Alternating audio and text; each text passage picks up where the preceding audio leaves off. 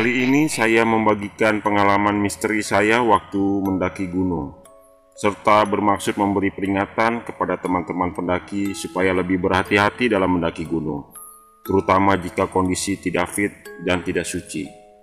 Saya sarankan mending pendakian ditunda dulu, jika tidak ingin seperti pengalaman saya ini. Cerita ini lebih dari sekedar cerita nyata pada umumnya, jadi mohon sungguh dijadikan pelajaran yang berarti. Kejadian ini terjadi sekitar tahun 2010. Waktu itu saya dan teman-teman saya mendaki gunung yang berada di kota kami. Dengan berjumlah 4 orang, 2 cowok dan 2 cewek, kita mulai pendakian memang malam hari. Karena lokasi gunung yang tidak jauh dari tempat tinggal saya, serta saya memang sudah beberapa kali mendaki gunung ini. Jadi berangkat malam hari pun bukan menjadi masalah buat kami. Perkenalkan, kami Aldo, Doni, Jara, dan Farah. Nama tersebut adalah nama samaran. Sekitar pukul 16 sore kita awali perjalanan kami dari alun-alun kota menuju loket registrasi dengan menggunakan motor. Setelah melakukan registrasi di loket pendaftaran, kami lanjutkan dengan berjalan kaki. Jarak antara loket pendaftaran dan sumber air terakhir berjarak kurang lebih 30 menit. Yang perjalanan ke sumber kami habiskan dengan menikmati pemandangan sore hari yang begitu indah, yang membuat perjalanan kami menjadi tidak terasa. Sesampainya di sumber air, kami putuskan untuk istirahat sambil mengisi perut kami. Mie instan pun menjadi makanan andalan waktu di gunung. Sambil menunggu air mendidih, waktu kami habiskan untuk ngobrol-ngobrol santai. Hingga terasa hujan pun turun. Kami pun memutuskan untuk menunggu hujan sedikit reda, agar perjalanan kami aman, tidak licin, serta tidak berbahaya. Waktu menunjukkan pukul 18.30. Karena hujan tidak kunjung reda, kami putuskan agar melakukan perjalanan dengan menggunakan jas hujan. Sewaktu melakukan persiapan, tiba-tiba datang seorang cowok berumur sekitar 20 tahun menghampiri kami. Dia sendirian dan mengaku akan melakukan pendakian di gunung yang sama. Kami pun sepakat melakukan pendakian bersama, karena dia bilang dia baru pertama kali ke gunung ini. Mengingat dia hanya seorang diri dan cuaca hujan, jadi lebih aman jika dia mendaki bersama kami. Setelah kenalan, dia mengaku bernama Imam, seorang pendaki tunggal asal kota Banyuwangi, Jawa Timur. Dia juga bilang kalau dia sering mendaki seorang diri ketika menjelajahi gunung di Jawa. Bahasanya keren, pendaki solo. Tanpa menaruh sedikit pun curiga, kami mulai pendakian sekitar pukul 7 malam. Karena saya yang tahu jalan, saya berada di posisi terdepan, dan Imam di posisi paling belakang. Karena ia tergolong berbadan paling besar di antara kami, jadi kami taruh paling belakang buat jagain strek. Sepanjang perjalanan, Jara merasa tidak nyaman dengan keberadaan Imam, karena posisi jalan dia tepat di depan Imam. Dia seringkali mencoba membicarakan kepada saya, tetapi tidak terlalu saya hiraukan. Maklumlah, waktu itu saya pikir dia cewek jadi ribet. Setelah sampai pos peristirahatan, kami beristirahat karena hujan sudah reda. Kami putuskan istirahat agak lama di sini, mengingat gunung ini tidak terlalu tinggi, jadi santai dulu boleh ya. Waktu itu kami juga menjumpai beberapa pendaki lain juga sedang beristirahat. Tempat istirahat ini tergolong luas dan strategis, jadi tidak jarang beberapa pendaki mendirikan tenda di sini dan tidak melanjutkan ke puncak. Namun di sini terkenal mistik, karena cerita warga setempat ada yang pernah melakukan bunuh diri di tempat ini. Pertanyaan itu pun tidak bisa saya jawab seketika Farah menanyakan detail tentang cerita itu kepada saya, karena saya tidak terlalu paham bagaimana ceritanya meskipun saya sering kesini. Semua mendadak diam ketika Imam tiba-tiba menjelaskan keadaan secara detail tentang mitos di sini, bahwa pernah ada seorang lelaki bunuh diri, loncat dari batu karena cintanya tidak direstui, dan akhirnya meninggal dan ditemui beberapa hari kemudian. Saya pun merasa bertanya-tanya dari mana dia tahu semua cerita itu. Akhirnya pertanyaan itu terjawab ketika si Doni bertanya kepada Imam, "Loh, kamu tahu dari mana, Bang?" Imam pun menjawab dengan santai tanpa memandang kami dan tetap memandang batu. Dia menjawab, "Yang lompat itu teman saya." Tanpa memikirkan hal itu, kami melanjutkan mengeluarkan kompor. dan bersiap bikin kopi karena keadaan cuaca yang sangat dingin. Jadi kami perlu menghangatkan tubuh kami dahulu sebelum melanjutkan perjalanan ke puncak. BTW, Jara, Farah, dia adalah teman satu sekolahku. Farah ini tergolong cewek yang suka parno sedikit rewel dan agak lebay. Beda dengan Jara, dia cewek yang pendiam. Dan kita kenal dia sensitif dengan hal-hal yang berbau mistik. Dia sering cerita tentang hal aneh di sekolah. Dan biasanya memang terjadi. Dan Doni ini teman mainku waktu di kampung. Dia orang yang suka bercanda banget, humoris serta konyol. Jadi memang sengaja saya ajak agar selama pendakian kita tidak merasa kesepi. Kami pun melanjutkan perjalanan. Selama perjalanan kami ditemani dengan ocehan si Doni yang tidak bosan melakukan tindakan konyol. Itu yang membuat rasa lelah kami sedikit terlupakan. Tetapi di sini Jara sudah sangat berbeda. Sejak dari pos peristirahatan tadi, dia lebih diam dan tidak ngomong sama sekali. Saya mulai curiga dengan Jara. Saya pikir waktu itu dia tidak enak badan dan tidak ingin mau cerita. Hal itu membuat saya tukar posisi dengan Doni. Dia sekarang berada paling depan. Saya di tengah, di belakang Farah, dan di depan Jara. Saya mendekati Jara dan mencoba memastikan keadaan Jara. Dia pun tidak mau menjawab dan cuma berkata, "Aku nggak apa-apa, lanjut aja." Imam ini memang nggak banyak ngomong. Jadi saya agak canggung kalau saya mau sok kenal sama dia. Sepanjang perjalanan Imam jarang sekali mengeluarkan suara dan terkadang berhenti tanpa konfirmasi. Karena posisi dia paling belakang, dia terkadang tertinggal jauh. Dan kita pun berhenti untuk menunggunya. Karena memang kita jalan santai, mengingat kita bawa dua cewek, apalagi si Farah kebanyakan ngeluhnya daripada jalannya. Jadi kita sampai puncak hampir tengah malam. Sesampai di puncak, kita menjumpai beberapa pendaki yang sudah hangat dengan api dan selimutnya masing-masing, membuat kami ingin segera mendirikan tenda dan menikmati indahnya kota kami dari ketinggian. Keadaan mulai memanas ketika Doni mulai jengkel dengan tingkah laku Imam, karena dia tidak mau membantu kami sama sekali dalam mendirikan tenda. Mencari kayu bakar pun dia tidak mau membantu, dia hanya diam dan cuma memandangi aktivitas kami. Doni mulai kesal. Dia pun mengeluarkan sindiran hingga kata-kata kasar agar Imam mau membantu kami. Api pun mulai menyala, ditambah segelas kopi hangat menemani kami, membuat rasa lelah kami hilang seketika. Melihat kelap-kelip lampu kota waktu itu, Imam yang sebelumnya sering diam dan duduk, kini dia lebih sering mondar-mandir keliling puncak. Mungkin dia sudah tidak capek, jadi dia mulai sadar kalau gunung itu indah, pikirku. Keadaan jadi agak kacau ketika si Farah hendak buang air kecil. Dan merepotkan kami semua. Dia tidak berani buang air kecil sendirian. Kami semua pun akhirnya mengantarkan dia agak jauh ke belakang tenda. Dan betapa kagetnya ketika Farah menjerit histeris. Kami pun sontak berlari ke arah Farah untuk melihat kejadian apa yang terjadi. Dan betapa kagetnya ternyata Imam yang tiba-tiba berada di samping Farah. Suara jeritan Farah membuat pendaki lain mendatangi kami. Dan setelah kami bilang bahwa tidak ada apa-apa, lalu kami mencoba bertanya kepada Imam, kenapa dia tiba-tiba di samping Farah. Dia pun menjawab, "Jangan buang air kecil di sini. Memang aneh ini orang," kataku. Di sela-sela keadaan yang mulai tidak nyaman karena keberadaan Imam, Jara menghampiri saya dan mengatakan bahwa ada yang tidak beres dengan Imam. Saya pun menghampiri Imam dan mencoba mengajak ngobrol dan mencari informasi lebih jauh tentang dia. "Ente nggak buat tenda, Mas?" "Nggak perlu," saut Imam. "Lah, ente nanti tidur di mana, Mas?"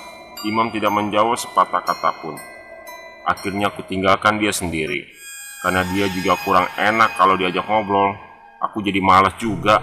Ditambah cerita Jara yang katanya Imam selalu memandangi kami aneh satu persatu terus-menerus mulai dari bawah tadi. Waktu pun berlalu. Kami menikmati api unggun sambil tertawa riang dengan lelucon-lelucon yang dilontarkan oleh Doni. Imam tiba-tiba datang menghampiri kami dan dia gabung ikut menghangatkan badan. Sekitar pukul 3 pagi, rasa lelah kami mulai terasa. Kami berencana istirahat dan bangun pagi-pagi untuk melihat sunset.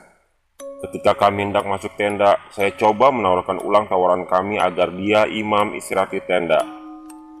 Karena setahu saya dia tidak bawa tenda apapun. Dia tetap menolak tawaran saya dan dia bilang, "Aku nggak tidur, Mas. Tak jagain kalian soalnya temanmu ada yang nggak suci." Baik juga nih anak. Tapi pikiranku mulai nggak enak karena saya khawatir nanti kalau saya dan Doni tidur, terus dia diam-diam masuk tenda, Farah dan Jara akan bahaya. Orang kita baru kenal juga sama si Imam, jadi belum tahu siapa dia sebenarnya. Akhirnya saya, Imam, dan Doni tetap di luar tenda. Saya bilang sama Imam, aku di sini aja mas, di dalam dingin, mendingin di sini. Hangat sambil jagain api unggun biar tetap nyala. Akhirnya karena kecapean, saya dan Doni ketiduran di matras samping api unggun. Waktu pun berlalu. Cahaya matahari terbit yang langsung ke arah wajah saya membuat saya terbangun seketika dan membangunkan teman-teman untuk bersama-sama melihat indahnya sunset di gunung ini. Setelah sunset, tanpa memikirkan di mana keberadaan Imam, kami pun melanjutkan istirahat kami karena badan masih terasa lelah sekali. Saya terbangun sekitar pukul 9 pagi. Karena Farah membangunkan saya dan bertanya keberadaan Jara, saya sontak membangunkan Doni dan mengajak mencari Imam dan Jara. Doni yang awalnya tidak mau ikut membantu akhirnya mau setelah kupaksa. Karena bagaimanapun juga Imam juga menjadi tanggung jawab kami. Jika sampai terjadi apa-apa, karena kita berangkatnya sama-sama, apalagi dengan Jara. Jika sampai terjadi apa-apa, kita pasti bakal dituntut oleh keluarganya. Dan tidak menutup kemungkinan pasti keluarga Jara akan membawa masalah ini ke jalur hukum. Setelah mondar-mandir, belum juga ketemu, akhirnya kami tanya pendaki lain tentang hilangnya teman kami itu. Ya betul, akhirnya kami duduk lemas setelah mendengar jawaban pendaki lain, bahwa setahu mereka kami cuma berempat, tidak berlima. Astaga, pikiran saya waktu itu sudah pasrah, takut campur jadi satu. Kalau memang Imam itu setan, Jara pasti dibawa ke alam lain. Di sela-sela Farah yang terus menangis, kami mencoba berpencar untuk mencari informasi dari pendaki lain. Akhirnya jawaban pun sama. Setahu pendaki lain, kami memang cuma berempat. Di puncak memang ada sekitar 6-7 tenda yang berdiri, dan tenda saya berada lumayan di tengah-tengah. Jadi pendaki lain dengan yakin bilang kita cuma berempat dari awal. Kita cerita soal ciri-ciri detail. Sampai pas waktu Farah kemarin malam teriak pun mereka bilang, masnya cuma berempat mas, saya tahu dari awal. Mas datang dan nyapa saya kemarin. Saya tahu kalau mas cuma berempat. Saya juga sering liatin aktivitas di tenda mas kok. Kan cewek-ceweknya cantik-cantik, jadi kita sering liatin dari kemarin. Dan itu kalian cuma berempat mas, tutur pendaki lain. Di tengah keputusasaan kami, saya coba menghampiri Farah, yang kurasa dia paling dekat dengan Jara. Mencoba bertanya detail hilangnya Jara, barangkali kemarin Jara ngomong hal aneh atau semacamnya. Tadi pagi habis lihat sunset, aku langsung diajak tidur lagi sama Jara. Dia nggak bilang apa-apa, cuma bilang badanku agak lemas kurang tidur. Tutur Farah di sela-sela tangisannya yang semakin kencang. Itu tapi tas sama barang-barangnya dia masih ada apa enggak? Sautku. Nggak ada, ucap Farah sambil melihat barang-barang Jara yang tidak ada. Wah, ini pasti dia sudah turun. Aku harap-harap cemas. Ya mungkin cuma ini kali ya harapan kita. Meski kemungkinannya kecil, kami tetap berharap dia sudah turun duluan. Akhirnya kami putuskan untuk langsung turun seketika waktu itu. Di perjalanan turun kami semua cuma diam berteduh. Perasaan sudah tidak karuan. Pikiran menjadi kemana-mana, perut lapar, tenggorokan kering, badan pegal pun sudah tidak terasa lagi. Sekitar jam 12 siang akhirnya kami sampai di pos peristirahatan, dan betapa kagetnya kita melihat Jara tidur dengan santainya di samping batu. Sontak kami langsung menghampiri dan memarahinya. Kenapa dia turun duluan? Terlalu berbahaya, karena dia juga baru pertama kali mendaki gunung ini. Kampret, mau apa ya? Kita semua cari lu malah turun sendirian ninggalin kami, gila lu, kata Doni dengan penuh emosi. Iya kamu kok tega, kita semua bingung, aku nangis terus. Takut lu dibawa setan, sahut Farah sambil memeluk Jara. Jara dengan wajah kebingungan coba bertanya balik kepada kami apa yang sebenarnya terjadi. Loh, maksudnya gimana? Kan kita turun sama-sama. Nah kata lu gua disuruh nunggu sini, jawab Jara kebingungan sambil menunjuk ke arah Doni. Kata siapa? Orang lu udah nggak ada dari pagi tadi, sahutku. Iya kan, tadi pagi lu bangunin gua, lu ajak gua turun buru-buru. Gimana sih? Jawab Jara coba menjelaskan. Jadi menurut lu turun dengan kita, Imbun Doni. Lah, mau sama siapa lagi coba? Aneh kalian. Kan kata lu Don, kita istirahat di pos peristirahatan aja. Di sana kagak panas. Ya udah kita turun. Nih gua baru bisa tidur bentar aja lu bangunin lagi, rese lu. Kata Jara seolah-olah tidak terjadi apa-apa. Terus Imam mana? Saut Doni. Loh kan dia sama kamu dari tadi, jawab Jara. Tanpa banyak omong lagi, langsung kita putuskan langsung turun. Di perjalanan Jara terus mencoba menanyakan apa yang sebenarnya terjadi dan terus bertanya tentang keberadaan Imam. Tidak ada satupun yang menjawab pertanyaan Jara. Udah jalan aja, nanti aja ngobrolnya, kita masih di hutan. Terang parah dengan raut wajah ketakutan. Kami menuju pos pendaftaran dengan perasaan penasaran identitas Imam. Pasti dia kemarin sudah registrasi toh. Kita bisa konfirmasi kebenarannya di pos registrasi aja, pikir kami. Sampai di pos pendaftaran semua shock dan kaget termasuk Jara. Ternyata memang tidak ada pendakian lain yang naik setelah kami. Apalagi katanya dia sendiri.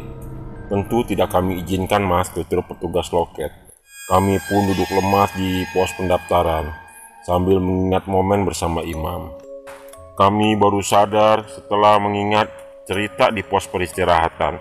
Dia bilang ada yang meninggal itu temannya. Padahal kejadian di Batu itu sudah lintas generasi. Terjadi sudah dulu sekali. Setelah saya coba ingat lebih dalam, dia cerita pada saya dan Doni bahwa dia jagain kita soalnya teman kita ada yang tidak suci. Setelah coba saya pikir maksud Imam waktu itu, saya coba tanya kepada Jara dan Farah. Apa ada yang datang bulan di antara kalian? Jara pun mengangguk dengan wajah penyesalan. Saya sontak langsung emosi. Orang sudah saya wanti-wanti kalau datang bulan gak usah ikut. Untung kita bisa pulang, kalau tidak bagaimana? Jara mengaku takut cerita karena penasaran dan ingin ikut mendaki. Akhirnya dia merahasiakan keadaannya. Akhir cerita, alhamdulillah kita pulang dengan selamat dan tetap memikirkan Imam. Dia itu siapa sebenarnya? Terima kasih, semoga cerita ini dapat menjadi pelajaran buat pendaki lain. Sekian dari saya. Assalamualaikum warahmatullahi wabarakatuh.